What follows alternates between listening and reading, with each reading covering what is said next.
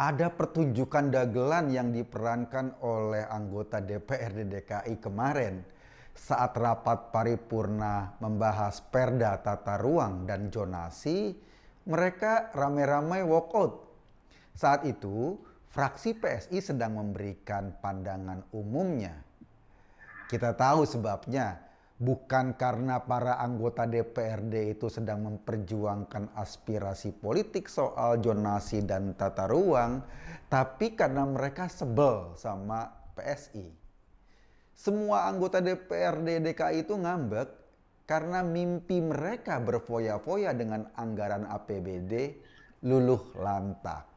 Sebabnya kenapa? Sebabnya PSI menolak kenaikan gaji dan tunjangan anggota DPRD dalam pembahasan APBD. Teman-teman PSI merasa cukup dengan pendapatannya sekarang. Bayangin, tadinya setiap anggota DPRD rencananya bakal menerima jatah 8,3 miliar rupiah setahun atau sekitar 700 juta sebulan. Naik berkali lipat dari jumlah pendapatan mereka sebelumnya. Untuk membahasnya juga dilakukan ngumpet-ngumpet. Rakyat nggak bisa mengawasi karena rencana anggarannya nggak dipublikasi di website pemerintah DKI. Gara-gara penolakan PSI, mimpi anggota DPRD untuk berfoya-foya jadi melayang. Mirip mimpi basah tapi dibangunin saat sebelum klimaks. Kentang banget kan? Kalau dipikir-pikir, jika pun nggak ada kenaikan, sebetulnya anggota DPRD DKI sudah dapat gaji dan tunjangan yang lumayan besar. Sebagai kota yang padat, Jakarta masih perlu banyak biaya agar rakyatnya sejahtera. Kalau budget untuk membiayai kebutuhan DPRD saja yang jumlahnya cuma 106 orang sampai 880 miliar setahun, ini kan berlebihan. Iya, APBD DKI emang lumayan. Untuk 2021 angkanya sekitar 82,5 triliun. Anggaran itu sebetulnya cukup jika digunakan dengan baik dan efisien. Tapi mau anggaran sebesar apapun ya pasti kurang kalau untuk memenuhi keserakahan segelintir orang. Dulu, Ahok sebagai gubernur Jakarta melawan keserakahan-keserakahan model seperti itu. Ia berhadapan dengan hampir semua kekuatan politik di DPRD. Saat membahas anggaran, kita ingat coretan Ahok yang fenomenal itu. Pemahaman nenek lu, kata Ahok. Ahok menolak APBD DKI buat bancakan. Ia berusaha menjaga duit rakyat agar tidak digerogoti para pengutil, baik pengutil secara formal maupun pengutil informal. Di zaman Ahok, para anggota DPRD DKI kayak puasa panjang. Sialnya, setelah Ahok nggak ada, di DPRD ada 8 anak muda dari PSI yang terpilih untuk duduk di lembaga legislatif tersebut. Awalnya anak-anak muda ini masih dianggap ijo, gampang ditekan dan diarahkan. Nyatanya nggak begitu. Anak-anak muda dari PSI ini lumayan gahar. Kita ingatlah isu soal lem Aibon, isu soal penolakan pertanggungjawaban gubernur. Puncaknya saat mereka menolak dengan tegas kenaikan anggaran DPRD yang gila-gilaan kemarin. Benar kata Ahok dalam sebuah video ketika ia ngobrol dengan 5 anggota DPRD dari PDIP. Kata Ahok, kalau mau menguji orang, ujilah dia dengan kekuasaan. Banyak orang yang gampang teriak idealis saat sebelum berkuasa, tapi begitu mendapatkan kekuasaan biasanya mendem, diem, melempem, menikmati rejeki yang mengalir. Nah, anak-anak muda PSI ini yang duduk di DPRD DKI itu, kini mereka punya kekuasaan. Mereka ikut menentukan besaran APBD DKI dan ikut menentukan ke arah mana alokasi anggarannya. Termasuk anggaran buat dirinya sendiri. Tapi kalau angkanya terlalu fantastis, bahkan untuk dirinya sendiri mereka menolak. Mereka nggak mau mengikuti para seniornya dari partai lain yang terbiasa pesta anggaran seperti di zaman Ahok dulu yang ditolak dengan pemahaman nenek lu.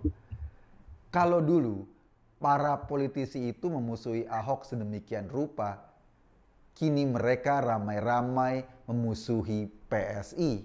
Partai kecil ini dikeroyok ramai-ramai. Bentuk permusuhan yang ditampilkan sangat telanjang. Mereka meninggalkan ruangan rapat paripurna saat fraksi PSI dijadwalkan menyampaikan pandangan fraksinya. Kelakuan mereka ini mirip kayak anak-anak kecil di TK Tumben Lestari pas lagi ngambek. Sudah terlalu lama negeri ini digarong oleh petinggi-petingginya sendiri. Sudah terlalu lama kita membiarkan para politisi menggunakan kekuasaannya untuk kepentingan sendiri dan kelompoknya. Sudah terlalu telanjang kemewahan yang ditampilkan para politisi itu di depan hidung kita. Terkadang semua fenomena itu membuat kita muak dengan yang namanya politik. Tapi kita nggak bisa meninggalkan politik betapapun busuknya itu. Sebab dari politiklah nasib rakyat sangat ditentukan. Kini yang kita perlukan adalah mendorong orang-orang baik masuk ke politik. Kita sebagai masyarakat berdiri di belakang mereka yang mau bersusah-susah menjaga amanah dan duit rakyat yang ditanggungjawabkan di pundaknya atau di tangannya. Kita wajib mendukung siapa saja yang berusaha keras memperbaiki budaya politik kita yang kusut ini. Sekarang biarlah PSI ditinggal seluruh politisi di DPRD DKI saat sedang menyampaikan pandangan fraksinya. Kita tahu langkah itu semacam tekanan psikologis agar anak-anak muda dari PSI ini menyerah, agar mereka ikut arus. Yang kita harapkan dari PSI, mereka nggak menyerah. Mereka tetap mau berdiri tegak meskipun melawan arus yang sangat deras, meskipun mereka dikucilkan. Yakin saja, jika mereka konsisten memperjuangkan kepentingan rakyat, jika mereka serius menjaga setiap sen duit rakyat, mereka tidak pernah sendiri. Karena rakyat yang amanahnya dijaga pasti akan senang. Di ruang sidang kemarin, PSI emang ditinggal sendirian. Tapi cobalah anak-anak muda PSI tengok keluar ruangan sidang mereka. Lihat ke jalan-jalan, ke pasar atau ke lapangan. Tengok slum-slum dekil di Jakarta, di sana rakyat Jakarta ada bersama mereka. Mendukung siapa saja yang mendedikasikan dirinya sebagai anjing penjaga. Yang menjaga setiap sen duit kita. Buat teman-teman PSI, kami berharap teruslah berdiri tegak.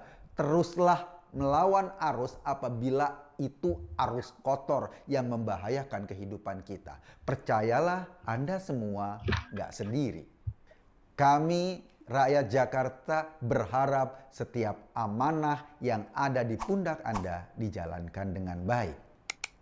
Saya hanya mengajak kita semua berpikir. Soal kesimpulannya ya terserah Anda. Terima kasih.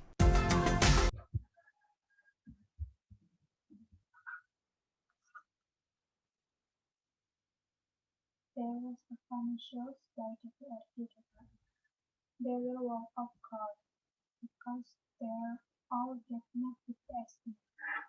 PSI has denied the DPRD members' salary and benefits in the FAQT discussion. Every member of the DPRD is expected to receive 8.3 billion rupiah a year or around 700 million rupiah a month. Even if there is no increase, the members of the DPRD will actually get quite a large salary and benefits. For 2021, the figure is around 82.5 trillion rupiah. In the past, Ahok as governor of Jakarta was against this coup, dealing with almost all political force in the DPRD. In Ahok's era, DPRD lifelong testing. These young people from SD are quite fierce.